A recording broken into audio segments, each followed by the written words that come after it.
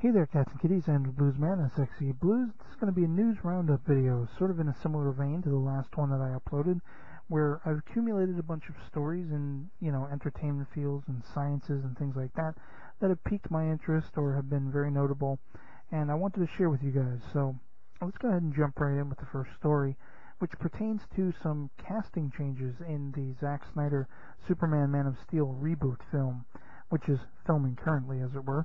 I believe the actress Julia Ormond was originally slated to play Lara Kal-El's Kryptonian mother, and she has since been recast in the form of, I don't know if I'm going to pronounce this correctly, but either Ayelet or Ayelet Zurer. I don't know how that's pronounced. I know she was in Angels and Demons with Tom Hanks, the sequel to Da Vinci Code, I believe, and but I haven't seen that, so frankly, I have no idea who this woman is. Her credentials in any way, shape, or form. What I will say is, based on the nothing less than stellar casting, in my humble opinion, for the film thus far, I don't think they would actually grab somebody who was a slouch of any kind, so I'm really not that worried about it. She has a unique look in a similar vein to how one might envision Lara looking, and I'll be waiting to see how this all plays out. In other DC filmdom news, we have some new glimpses of Anne Hathaway and her Catwoman guise. And, I didn't have a problem with it like some people did, that she didn't have the ears and things like that. I just naturally assumed that, with the first image that we had, that would be something yet to come. Maybe, it would debut in the later portion of the film, who knows. But a lot of people got up in arms about it, and finally, hopefully, they're going to be sated with the images that appear in the articles in the description below from comicbookmovie.com. There are two articles showing some sort of snuck images, as the latent thing seems to be with these film set images that are coming out. And I still retain my idea that she looks kick-ass. So even more so now with the ears, admittedly, but still kick-ass. Moving on to some Stephen King news. I found this very intriguing because I've been a Stephen King fan, definitely, for a long time, but I haven't actually read any of his books. I've always been a fan of the film adaptations of his works. For example, the more recent TV movie version of The Shining.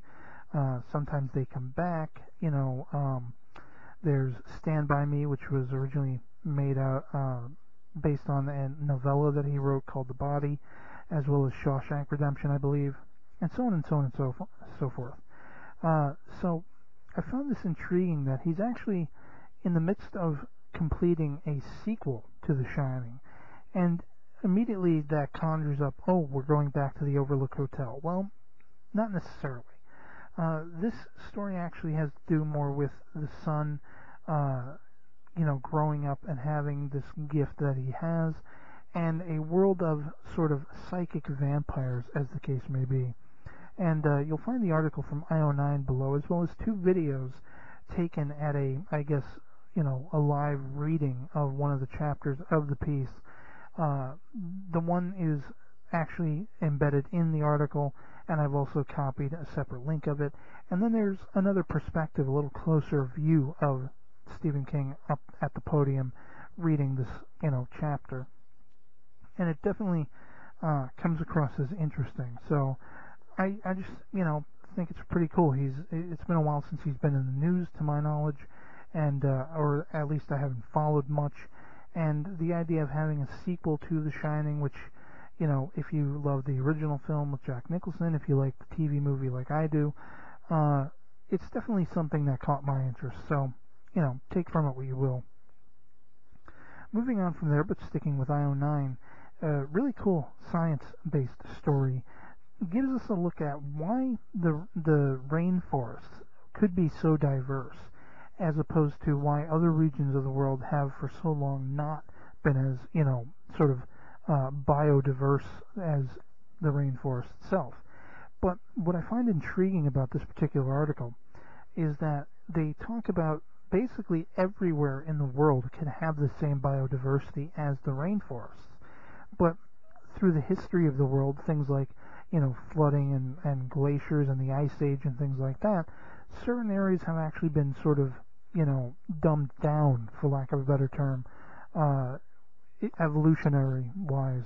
And I just find that very intriguing. Like, everywhere you look in the world, even continental United States, the UK, whatever, all of these places apparently have the potential to have such a vast, mysterious, interweaving of different kinds of species.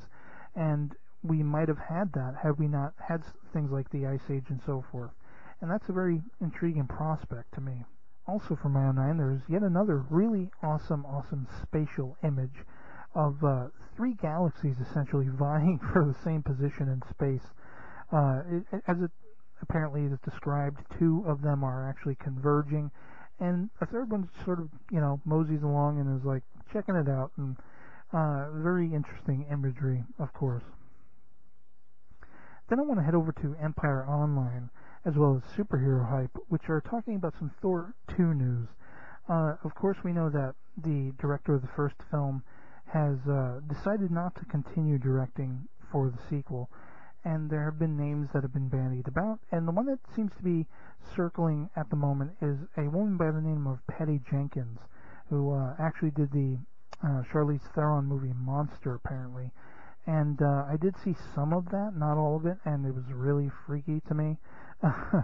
And apparently she's since done work in TV, but sort of how it was a little off the wall, with Kenneth Branagh being the director of the first film.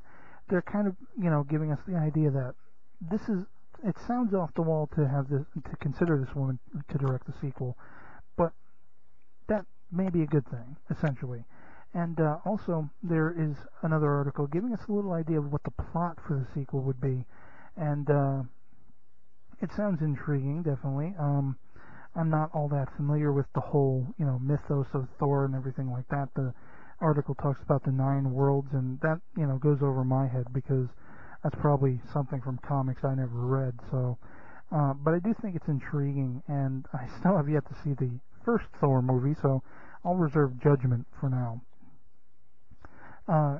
Going over to Latino Review, there's an article about the Captain America sequel, which, if you've been paying attention to superhero movie news, Chris Evans, the actor who plays Captain America, aka Steve Rogers, has basically said that he doesn't believe a Captain America sequel will be until around 2014, because, as it happens, Marvel has a lot going on at the moment with the Avengers and the Thor sequel and, Iron Man 3 and everything like that. And this actually makes a lot of sense to me. I'm perfectly fine with it. Because you don't want to have all your eggs in one basket, so to speak. But, no, in fact, this does absolutely make sense in the same vein that, Superman the Man of Steel has been pushed back, and, so I'm not too upset about it. Although this article does also mention there has been some controversy about the Captain America costume in the Avengers, and I don't know, it's just like, what is this, slow news week? You really got to get all bent out of shape about his costume. I've seen some of the preliminary images, and it doesn't look too bad to me, so that's just my opinion on it. Gripe if you must, but whatever. Heading over to TrekMovie.com, there's this sort of combination article of a bunch of different stories, and the one that I primarily want to look at is this whole new thing about, I believe it's the University at Berkeley or something along those lines, is conducting this sort of brain scan thing. If you've ever seen the movie Final Fantasy: The Spirits Within, in the beginning of the film, the lead character, Aki Ross, is dreaming, and she's essentially recording her dreams to play back at a later time. And apparently they have developed a way using a multitude of online videos, like YouTube videos at random and things like that, by studying the brain's impulses when subjected to certain forms of imagery.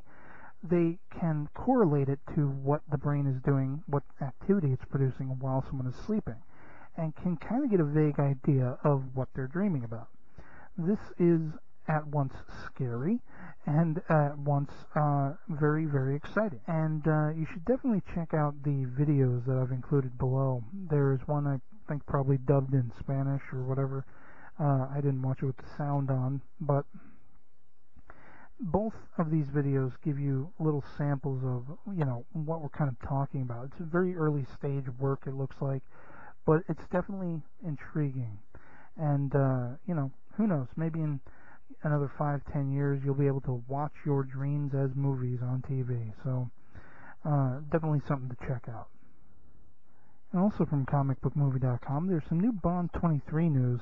I mentioned one of the potential casting for the new Bond girl in the previous news update video I did, and apparently this is talking about actor Ola Rapace. I don't know if I'm saying that right, or Rapace, who knows, but yet someone else I'm really unfamiliar with potentially being eyed to join the cast of Bond 23, and if you're following those little tidbits here and there, take from it what you will. I don't really have much of an opinion. It's a little too early to tell, but I am following as much of the Bond 23 news as I can because I'm looking forward to it. So, check it out if you so dare. And sticking with comicbookmovie.com, I thought this was really interesting. The actor that they are looking for to potentially play Lex Luthor in Zack Snyder's Man of Steel film with Henry Cavill and all of them is actually a familiar face, and I had to do a sort of double take when I originally saw the article, because it turns out I actually know this cat from a show that I grew up with and started watching in reruns on WGN, which is a Chicago-based channel. Michael, I'm not sure if I'm going to pronounce his last name correctly, but Cerberus, I guess, which is very interesting sounding, played the British guy on the 80s TV show Fame. And in fact, one of my favorite episodes has to do with him and the actress who was the daughter of Carol Burnett, kind of having a little bit of a, romance back and forth, and then his old girlfriend comes into town and whatever. Yeah, sounds like a daytime soap opera or something, but no, they're potentially looking at him to play Lex Luthor, and I definitely think this is in the running for being an intriguing casting idea. I don't know if it's just him expressing interest or if it's actually them looking at him, and it begs the question, will he appear in this movie, or will it have to wait for a sequel? But in any case, I definitely think it's interesting, and you should definitely take a look at it. And moving over to GiantFreakinRobot.com, in Doctor Who news, we have two articles. One is talking about the recent announcement of delays for Series 7 of Doctor Who, which has a lot of us Whovians up in arms, as well as some, promo images of the eye-patch-laden cast of The Wedding of River Song, the series finale of Series 6, up and coming next Saturday. And, check these out if you like getting into spoilers and things like that. As far as the whole delay, I'd like to once again suggest that if you're upset about it, you go check out the Facebook page, and the link will be corresponding with the articles below about Doctor Who, where basically you can get your voice out by liking the page and posting to your heart's content of your discontent, essentially, about Doctor Who being dialed back unfairly, some might say, and I'm definitely among them. And finally, I want to go back to io9.com with two articles pertaining to faster-than-light travel. If you've been watching the news, perhaps you've seen on the CNN tickers or something along those lines that scientists at CERN, I think is how it's pronounced, I'm not sure, have potentially recorded particles moving faster than light. And this kind of turns certain concepts in Einstein's theory of relativity on its ear. That is, if it proves to be true. And apparently there's going to be some vigorous study over the next few years to see if this can be duplicated and if it's, anything more than just a fluke. But also, for those of you who hear that automatically and think, ooh, warp drive and time travel and all of those things, there's also an article that accompanies the piece telling us why faster-than-light travel for vehicles or humans is still pretty impossible. And that's pretty much all I have to say for this particular news update. This is everything that I've found of interest, and I hope you have as well. and I hope you're all doing well. So I will catch you later. Peace.